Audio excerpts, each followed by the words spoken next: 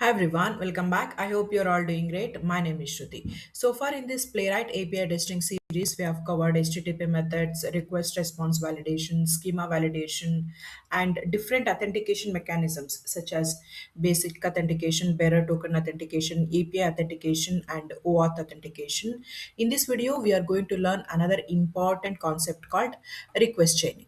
Okay, so first let us understand what is request chaining and how we can use request chaining in API testing. Okay, so in simple words, request chaining means using response from one API request as the input for another API request. Okay, I'll repeat this once again.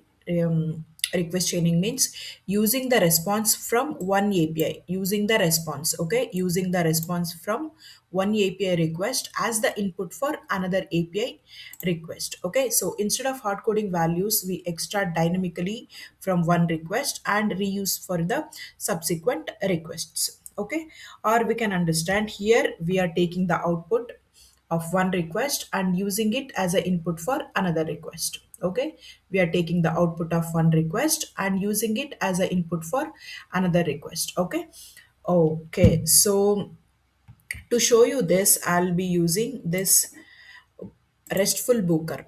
Okay, so I'll use this API. This is a public API.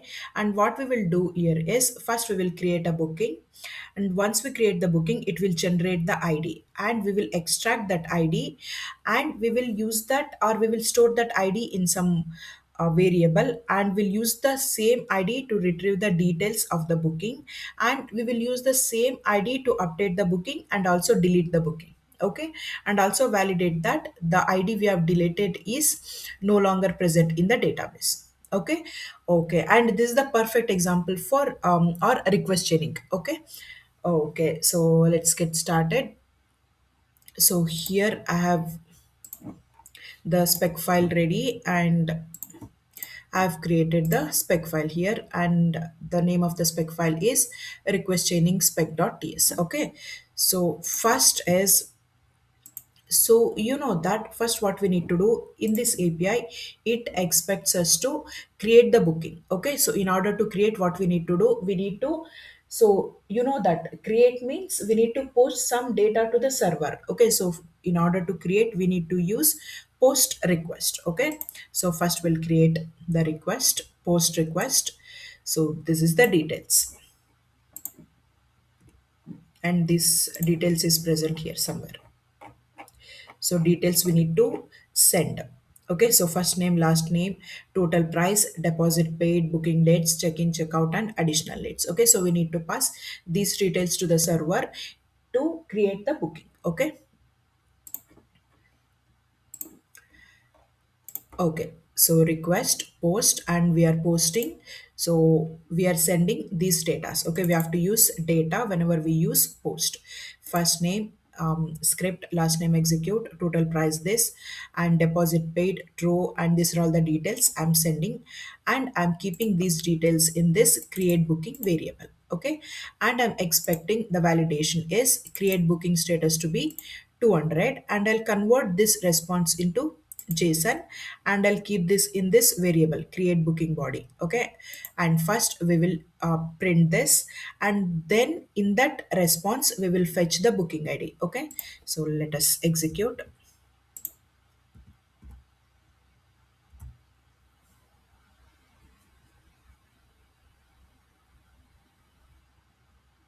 So I should have saved, I didn't say. Okay, let me do again.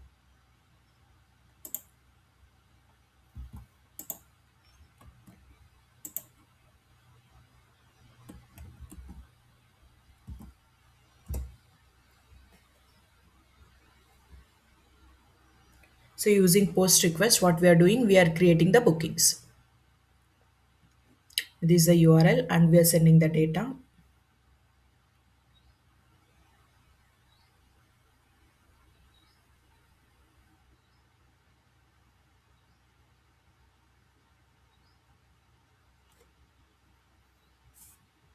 Okay, so this is the response. So booking ID, it generated the booking ID that is 1709. Okay, and the booking details are, so whatever we have sent in the body we received.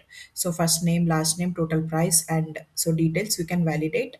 And here it generated the booking id. So here we wanted to print the booking id, it printed the booking id. So here we are printing this entire body. Okay, so this is this entire body.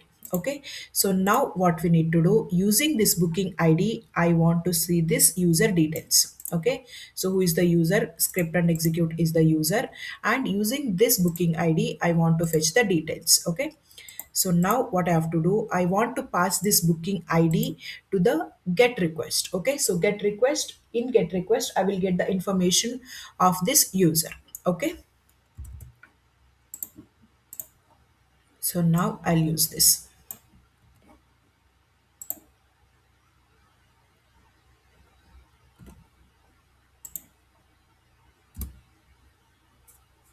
Okay, so here this is one request.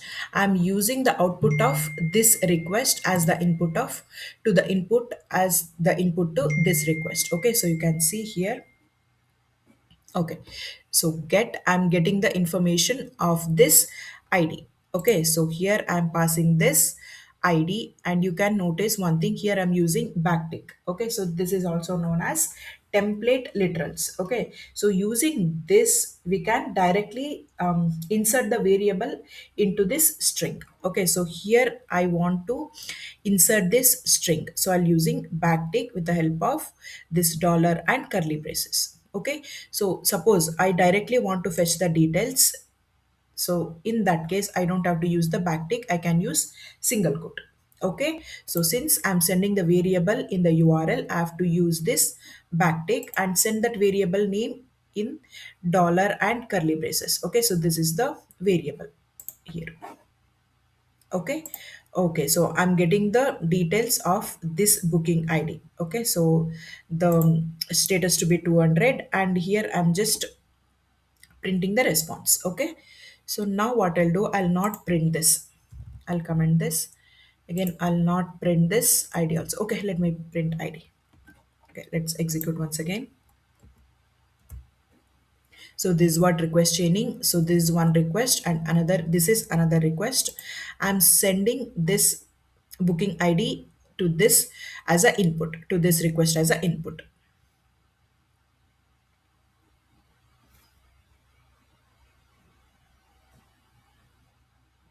Okay, so here we got the details. This is the booking ID, and here we wanted to print this booking ID details. So here it printed the details, first name, last name, and other details. Okay, so from which request we got these details, in get request. Okay, okay, so now you can. Okay, so now we have seen this post request is given us the booking id, and we have used the same booking id in the get request. Okay, so now we have seen post and get. Okay, so now if you want to update, okay, so if you want to update, this api is secured. Okay, so anyone can retrieve the details. So here we have retrieved the details, but in order to update it requires authentication. Okay, so before updating we need to we need to generate the token. Okay, so because why we are generating the token, because this api requires to generate the token. Okay, in order to update. Okay, so to generate the token we need to send the username and password to the server, it validates the username and password, and if that validation is good then it sends us the token. Okay, so now next part is generating the token and send the token to the put request. Okay, okay, we will see that. Okay, so we have seen get request. Now this is to generate the token. Okay, so in order to generate the token, as I've mentioned, we need to enter the username and password. So, okay, so I'll just use comments.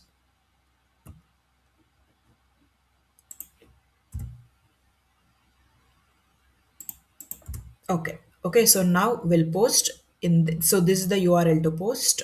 So here it is somewhere. Okay, here.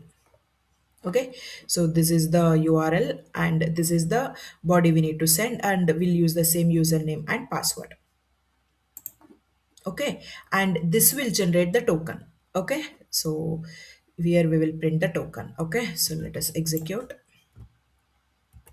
So you know that why we are generating token, because this API is secured, and in order to update it requires token. Okay,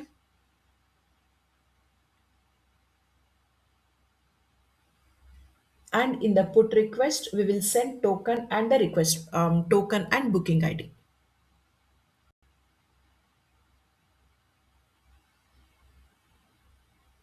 Okay, so this is the token. Okay, so we will use this token to update. Okay, so here we can see that you know that we have been doing this.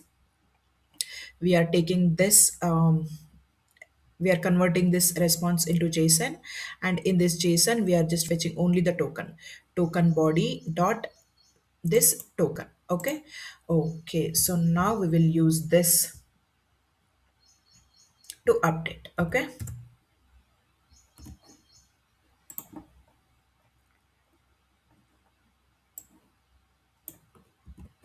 so you know that to update the request is request dot put. Okay, and which are booking ID we want to update? We want to update this booking ID we created just now. Okay, or you know the booking ID we have generated. Okay, so here also we want to pass this booking ID, so we are using this backtick. Okay, so if you're not using, or if you don't want to send the booking ID in the URL, if you want to hard code, we don't have to use this backtick. Okay, then here we have to send headers, and header is cookie. Okay, in the previous video we have seen authorization methods like bearer token and basic, but this API expect this token should go in the cookie.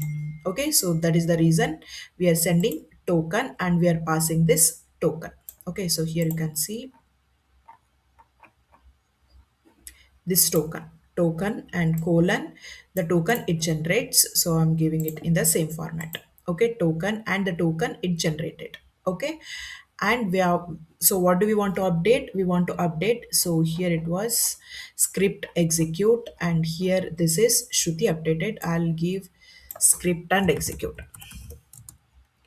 I want to update script and execute. Hope you're following me. So here I want to update, so which request I want to update, I want to, sorry, which booking ID I want to update? The booking ID I have just created, so I'm sending this booking ID in the URL. And in order to update, it expects cookie, it expects token, so I'm sending this token in this cookie. So why cookies? Because this API expects in cookie. If this API is designed in a way it expects bearer token or something else, we would be using this authentication or authorization here bearer. Okay, okay, and this is the data we want to update. Okay, and earlier it was breakfast, now here updating with lunch. Okay, and I'll just print this, verify that status code to be 200, and we will just print this. Okay, or if you want to validate all the details that you know, booking details, sorry, update booking dot additional needs to be lunch, you can validate all of that. Okay, okay,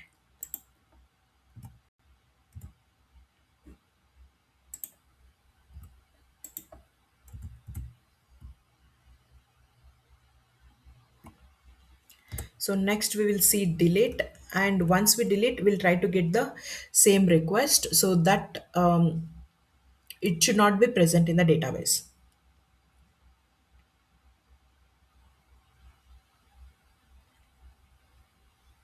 Okay, so here we can see that first name script and last name and execute, script and execute, and it got updated. Okay, so as I mentioned, you can validate these details. Okay, but now since we are focusing on request chaining, I'm not validating these fields. Okay, okay, and I have explained that how to validate this each fields. Okay, you can watch those videos. So next is I want to delete. Okay, to delete also I have to send this cookie, because this is secured API, I cannot just delete others booking. Okay, so I want to delete. So request dot delete, and I'm passing this booking ID to delete, and in the header I'm passing the cookie. So in the cookie it has token. Okay. Okay.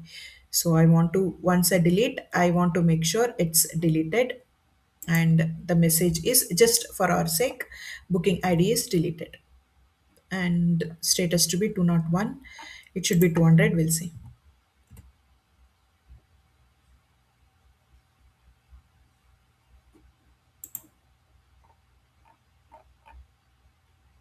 200. Okay.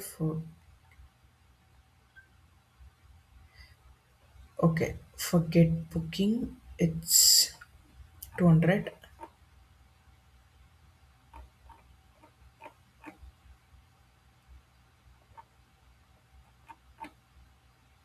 Update booking.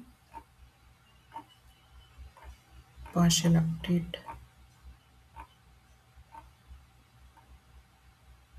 Delete booking. So once we delete, it is saying 200. Okay. So this is the reason I've given 200. Okay. Okay. So it deleted, and here we can see the message booking deleted successfully. Okay.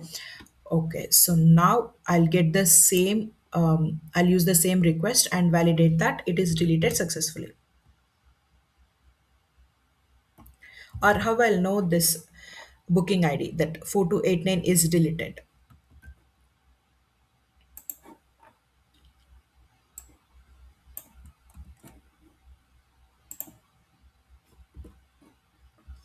Okay, so I'll use get request and pass that booking ID. And since that is deleted, this status code to be 404 because that is not available.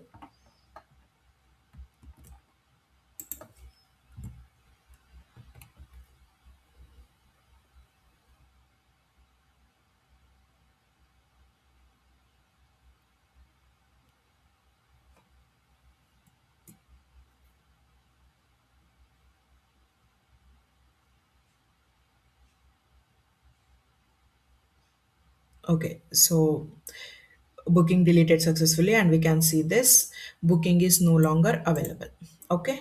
Okay, so this is what request chaining is, and I hope you learned something from this video.